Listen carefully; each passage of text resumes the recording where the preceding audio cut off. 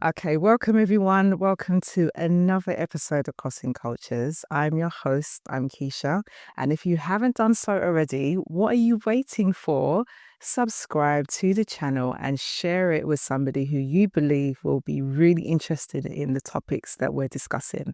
So today, my guest is Helen. So welcome, Helen, to the episodes. Yeah, really great to have you. Seriously, great to have you. See, Shadow, podcaster, you got it, So, yes. But anyway, you inspire me too, So sweet. because you're out here doing your thing too. Yeah, you have like I think you have like that energy that I like, and that's why I came to your podcast. So because you're very sweet, you're very you're visionary, you know what you want, and I'm like, you know what, I want to support your vision. Thank you so much. I do try. My best friend is always saying to me, find something to do. And it's been nice because some people have been reaching out and they're like, you know what, thank you for doing the podcast.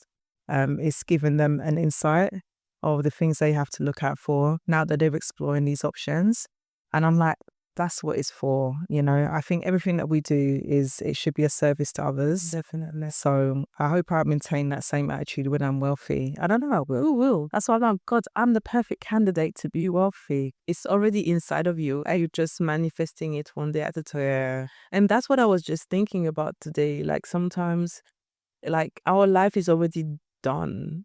We trying to figure out a lot of things when it's already done. Yeah. Your life is done, Kisha. Yeah. He knew that what you would have in your heart. He knew you would be in Qatar. He knew I would meet you. Yeah. I didn't know how that I would have met you. Yeah, sure. I know. When I would be in your podcast today. Yeah. And also this Because we met, I feel like we met at a lunch somewhere. Yes. I know. I met you first with Natasha. Yeah. We went to the park one day, the food festival. Why do I keep forgetting about the food festival? Because you always remind me where we met. Yes, I think it's like 2 years ago. Yeah, it was a while ago. That's it. And then after we met again, because you did an event with the expats, and then it was like a networking event when you talk about your property and what you offer, what you do. So you wanted to share that experience with people. And then I think that's how it started. I was intrigued by what you were doing, and you started to follow me on LinkedIn. Yes, correct. And then you started to see what I do, and I shared with you a bit more of the things that I do outside of teaching. Yeah. And then the rest is history. Yeah. And you're here now. I know. So I love it. And I love the fact that the last time I saw you at the boat party, you were like, come on, I'll be on the podcast, but I don't know when I'm going to be on it. And then you messaged me last week and you're like, right, when are we doing this? And it's literally like, let's do it next week. And you're here. And I'm like, you don't waste no time. That's something I've learned in my life, is to not be a procrastinator. Oh, I love that. I love that. No, because really time is the only commodity that everybody has, and we have to maximize. Like I'm in the Middle East, you're in the Middle East, we have to maximize that time to the fullest, and you're doing it. Definitely. We're already here for a very short period of time. Everyone thinks that the contract's going to, there's no guarantee. Every year or every 2 years, you're due for a renewal. And it's not down to you sometimes whether or not that contract's going to be renewed.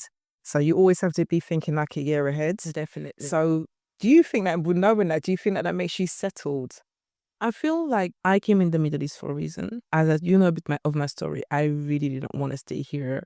I came like here, I've been here, it's my 4th year, and I didn't want to stay here 2 years prior to that. And I had a change of heart. So I feel like I'm here for a reason, and I'm just embracing that season of my life, not trying to fight what is for me. So I don't feel I'm unstable concerning that. I feel like I just need to use that time and meet the right people that are for me, and just continue doing the purpose that God has called me to do here. So I'm not worried. I feel like it's only God who knows when is the right time to go. And for me, as much as I wanted to fight it, He's like, you have to stay here. And yeah, okay, I need to agree on that. I'm embracing and trying to see the positive in it. Yes. Good for you. Good for you. So I have 3 questions. They're meant to be start questions, but we started. Yeah. We've already started. So we're going to rewind and just want to get your answers on these questions. They're very, very easy. Okay, no problem. But I guess they're more kind of like values, based on your values and stuff like that. So what would you refuse to give up even if you were offered £10 million or dollars? I know it's going to sound too spiritual, but I'm really focused on purpose, and I wouldn't give up like the calling that is over my life. This is something that is very important, because I feel like it would take away a part of me, and this in like my values such as integrity, such as character, those stuffs are very important to me. So once I know that it works with my purpose, I wouldn't let anything take away this for me. Even if it's like, someone that I really love, someone that I really appreciate, if it's not really working with what God has for me, I have to let go, because I believe that there is always a reward in obedience. So I like that. that's where I stand in my life. Do you know God's purpose for your life? I had to find it. I found it now. Yeah. Oh, nice. Good. It wasn't easy, It wasn't easy. I had to look for it, Did that require fasting or yeah? Because I've got to a stage where I know that I need to dig deeper. And I had that conversation with myself. I think it was beginning of this week. I'm like, I don't spend enough time with God. I do not spend enough time. And I remember going to this level during COVID when we used to have these online church services, and a friend of my sister asked me to lead worship. And I was like, Oh, you're a singer. yeah, I sang. Yeah. Oh, Yeah. amazing. Yeah. So I went to the Brit School. So it's a performing arts school in the UK. So shout out to one of my closest sisters is Flo Sis from Float Tree. So I was in a group with her when I was like 14. I formed this girls group and she was in my girl group. And that's when I really started to explore the music industry. Sweet. And then obviously that group didn't work out. Well, we just grew apart really, not in friendship, just in career-wise. And then by the grace of God, Natalie formed Flowetry, which then took her to a whole different level that I know that our group couldn't have got to. So I knew that her purpose was the group to lead on to something else. Yeah, I'm glad that you discovered it. I can't wait until I know what it is. Well, I truly know what it is. So that's cool. I like that. Sorry, I know I ranted on for a long time, but you taught me somewhere. Yeah, yes, I feel, and this is, I'm someone very intentional. Yeah. I don't do things for the sake of doing it, and I feel like what we're doing right now, it is supposed to happen. Yeah. And everybody has a story. I love to hear people's story. I didn't even know that you had so much gift inside of you. Yeah. But I've just parked it. Yeah, I parked it because the music industry wasn't for me. but I knew quite quickly this is not. But it means that you're a worshiper. Yeah. That's it. And you know, the funny thing is, right, I didn't know the meaning of worship until there's a worship leader called Mark Beswick. And he did a workshop with the worship team about what worship is. And I didn't know it was the highest form of praise. I was just singing because I like singing and, it gave me that great feeling. I didn't know what I was doing. Yeah. But because my lifestyle didn't match the worship walk, I gave up worship because I was like, I need to get my life in order for me to be worthy enough to stand up in front of people and worship at the highest form of praise. I was like, okay, I didn't know that. And you grew in wisdom and knowledge and understanding. Yeah. So you are a teacher, you are a worshiper, you are a podcaster, you are an entrepreneur, you're a property developer.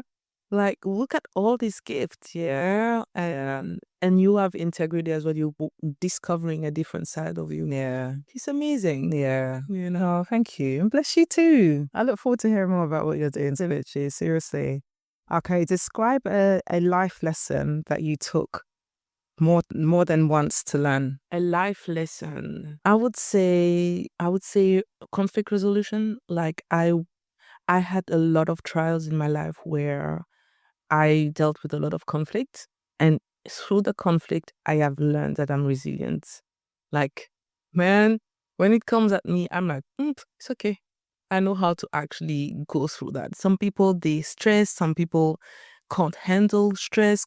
And I've learned that through all the seasons of my life where I had conflicts, I actually grew even more. So one lesson is really to be resilient through conflicts. That's something that I've learned in my life. It's not easy. You need to, but because I obviously of my spirituality, it helped me to understand that there is always a greater blessing from the sanction, from the trials.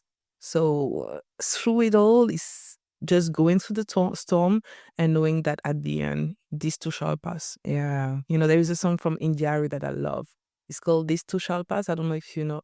I'm not gonna sing because I'm not a singer. I don't know well enough to sing it, but yeah. But yeah, it's really like life has a way of teaching you things. Come, as I say, life can be lifing, and you just have to, be strong in the moment. Yeah. I'll tell you something though, like that intuition that we have, when you get the discipline to trust your intuition, I'm telling you.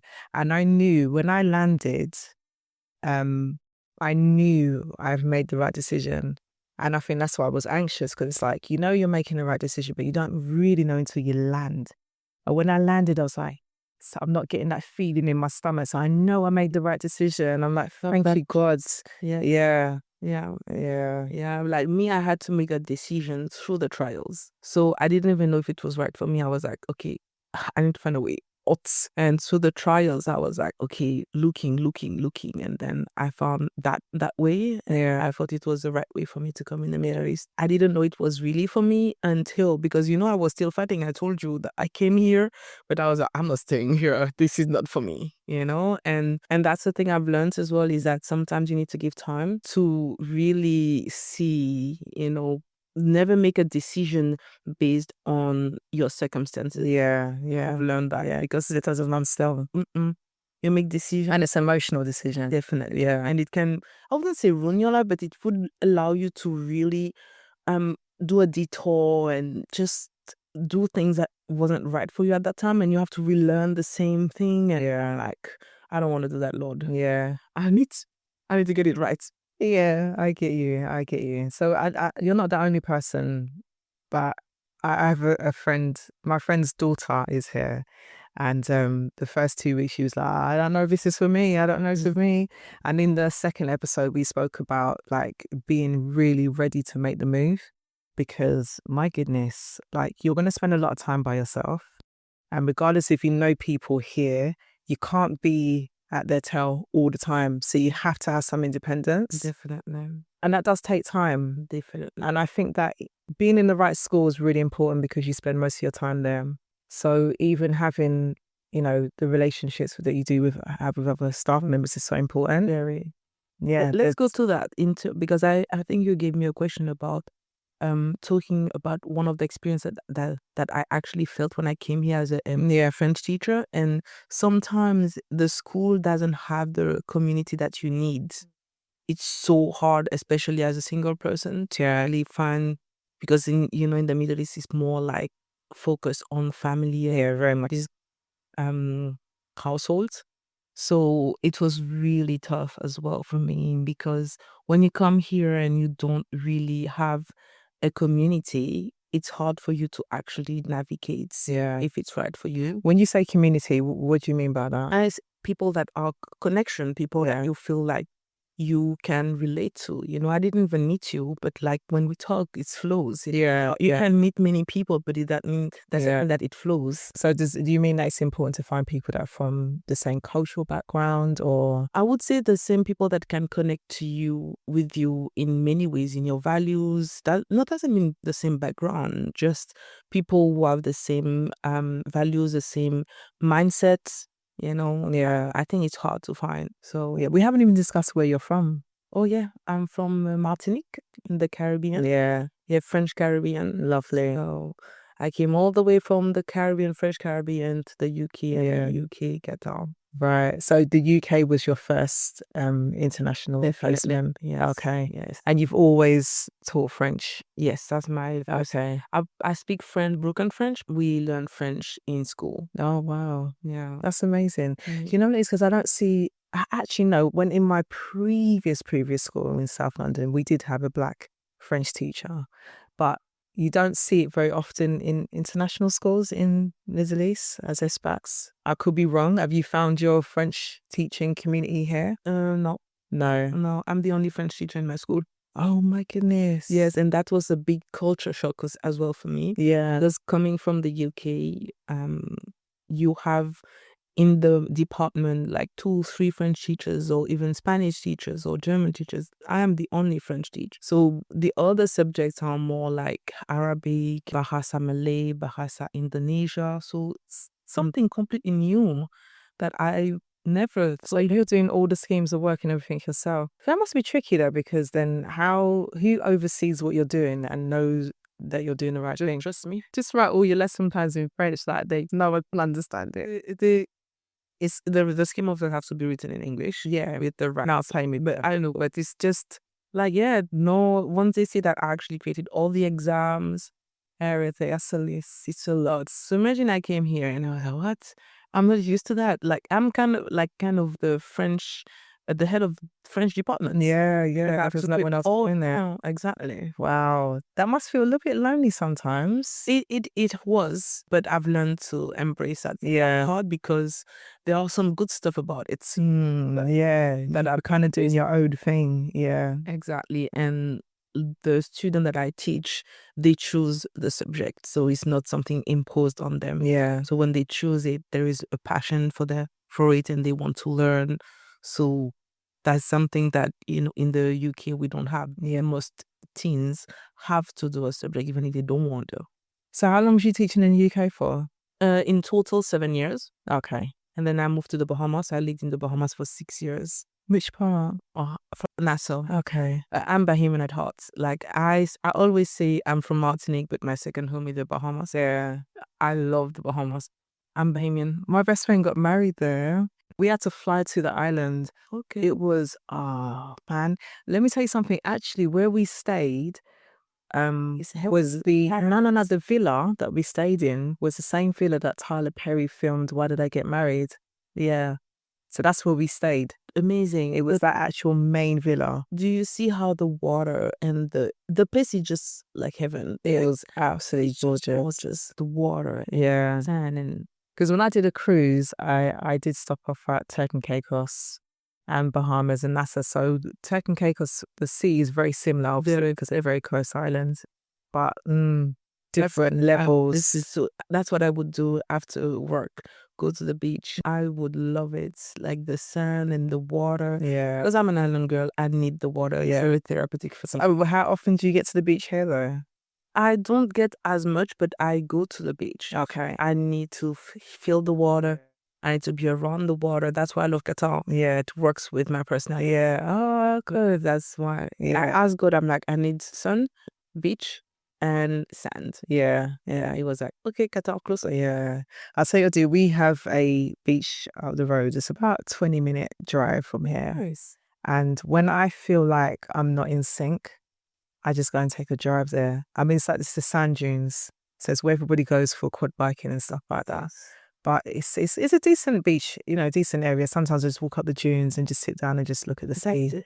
And it just gives me that balance, like if I need to have a conversation with God and I just need some peaceful and serenity, that is my spot by myself and just talk to God. I love it. It is just, and then I come home and I'm like, right, I feel better now. Same here. Yeah. Same here. I haven't needed to have done that in a very long time. And sometimes I don't wait for something to happen to do it. I'm like, just go. Oh, yes. Go and do it. But I can't do it over the summer here. It's too hot. But once September, October comes, yes. I mean, now's getting a bit too cold. It's too cold. Exactly. I don't do it. The temperature is dropping. They forecasted next week temperature's dropping. Yeah. So even though I complain, and if I was like at home at like near -1, which I'm preparing for next week. We all come with. I'm like, when you live in a country where you're used to 45, you're used to running out your cars, running into the mall. Yeah. And you feel the difference in the evening. Definitely. Like 19. I'm like, it's cool. What's this? But when you're going to go to the UK, and it's summertime. 19 people out in shorts and vests. And I'm looking at them, I'm like, what are you doing? Maybe where are you from originally? UK.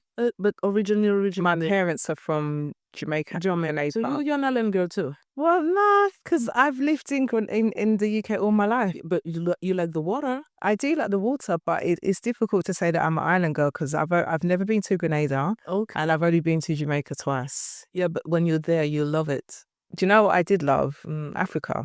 Okay. When I went to Gambia, that for me felt like home. Is it? Yeah, Africa was different. When you land in Africa and you stand on African soil, it's different. Okay. I do love Jamaica. I think there's something special about being in a space where the shop owners are black, the bus drivers are black, the hotel staff are black, everyone's black, and you're like, oh my God, like this is like, wow. And I think unless you're a person of color, you wouldn't understand it. Yeah. And that for me is probably what other cultures experience in their own countries because they're predominantly, that race exists in their own country. So even in the UK, predominantly, black is not the dominant race in the UK. So I can only imagine what it feels like for people that are not of color to, like, just for this way, I get the experience of that when I travel to countries that are predominantly black. Okay. And it's like, You love it. I even had that experience when I went to America for the first time and I went to Jamaica Avenue. And I was just like, oh my God, there's so much black people. Like, this is so cool, And that the ice cream man was black. And I was like, what? I ain't seen that before. But it was this different culture. And I was like, I like this. You're looking for your peoples. Do you see yourself maybe working one day in China, but you need to see your people to find your black community? Yeah. I think it's important for you. Yeah, 100%. It's important that it's the same thing when you're a teacher. When you have kids, students in your class, you want to relate to them, to know them. Yeah. You don't want to know their whole life. But they will do when you start that as a head teacher or someone in education, even as a school teacher or counselor or whatsoever. When you want to know the person's story, you want to know more about them and how they. I'm telling you, there is something that is that click in the heart of that person. Yeah. And they feel the connection. They feel, oh, that was nice. Yeah. Nice to talk to you, and they feel like you're more approachable. And then when you ask them to do something, they will do it straight away. Yeah. Whilst being here, actually, in my school, I actually have a club called Success and Leadership Club, where I have some students who come and who have low self-esteem, who are not really confident about speaking out. So I teach them about public speaking. I teach them about just embracing themselves. And some of them, because they've never encountered that in their life, maybe their parent never really grew into that kind of mindset, it's really hard for them because they're like, oh, it's just so much, I don't understand. But after a while, like you could see after 2 months how they've changed a little bit. And I can say I only started the club maybe 2 years ago, and I can see the result. I have a lot of them who really it changed their life. Yeah. Yes. And they come back to the club to inspire other ones that come. And every term I have like a lot of students who comes, and I teach them about concept like consistency, commitment. This is part of leadership.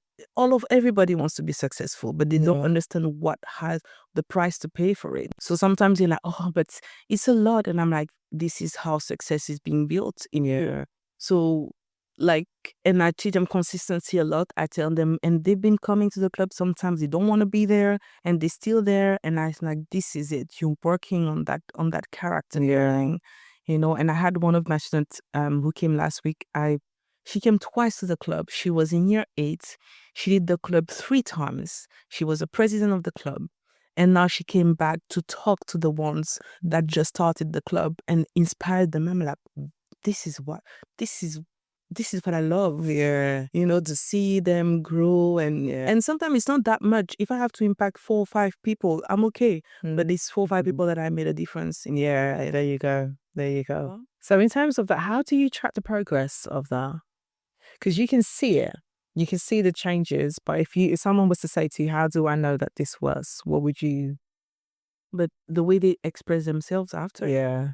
So in terms of like, obviously, like, you can get statements from other teachers to see, the improvement, engagement in the lessons. That also could be a way that you. Yeah, as well. But I feel like even it's a culture again, like most of the staff or other they don't really see value in those kind of programs because they have not been they have never encountered that kind of program before. Yeah. So they wouldn't say that this student is because they're not interested in the things that I do, really. Yeah. I are doing it because I know this is something that I'm bringing, I'm making a difference in my community, But for me, how I see change is when I see these students coming back to me and inspiring other teens is pure empowerment. And I'm like, I've done my part. Yeah. Simple. Cool. Love that. Yeah. What are you sacrificing to stay in the Middle East?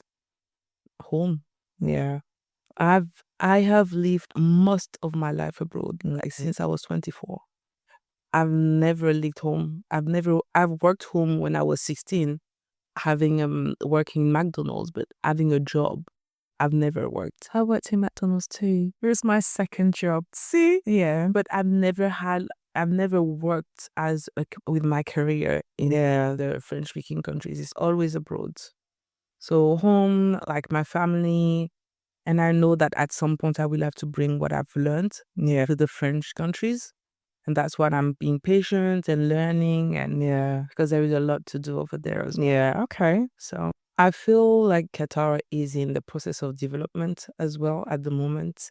And it's a place to really open your minds on a new culture, new understanding, and just discovering something different for yourself, especially when you come from the Western world, and really removing the stereotypes of the Muslim culture and see it for yourself. Because I feel like the media, people have a way of talking about so many things. But when you actually make the move, break out the fear and say, you know what, I want to discover this other side of the world, it will teach you so much stuff about yourself and about how you can grow and become the queen and the king that you're called to be as well. It will bring out that wealth mindset, I would say, as well, in you, to be like, is this possible? Is it really people are living like that? Yeah. You know, it really changes your mindset on life. I'm glad. Yeah. And I think you're glad as well. I am glad, and I'm glad that through me being here, that at least I believe that 2 families have moved here now. Oh, sweet. Yeah. Yeah. So their lives have changed a lot because of just exploring this opportunity. I can't take all the credit because they put in the work to get here and they made the sacrifice. And do they like it as well? Yeah, they're doing really well, really well. So Nice. I can look at that and be like, somebody introduced Qatar to me. I've introduced it, and now I'm using this platform to reach more people at one time. You know, so it's just a platform where if somebody asks you about, okay, what's Qatar like, and then you can just say to them, oh, have a look at these testimonies from other people, and then to get a different insight. So it's not all coming from my experience. Hear from other people's, because everyone is going to have a different experience. Some people like it, some people don't like it. That's fine. You tried it. That's it. Well, thank you so much. Listen, the questions I was going to ask you, we didn't even really touch on it because I think you're just such a natural, and I didn't expect it to go to the places that we did, but I enjoyed it. You've really inspired, encouraged me as well. So I look forward to discussing with you off camera about this spiritual journey, this walk that I can develop as well. So thank you. Thank you, Krisha, you for being obedient and doing your podcast. Thank you so much. It was nice. You know, that's how I love podcasts. Yeah. When you flow, you have to really Orchestrate it too much. Yeah. No, it was amazing. Thank you. You made it easy for me. Thank you. I appreciate you. All right, guys. I hope you enjoyed this episode. Okay, this is Crossing Cultures.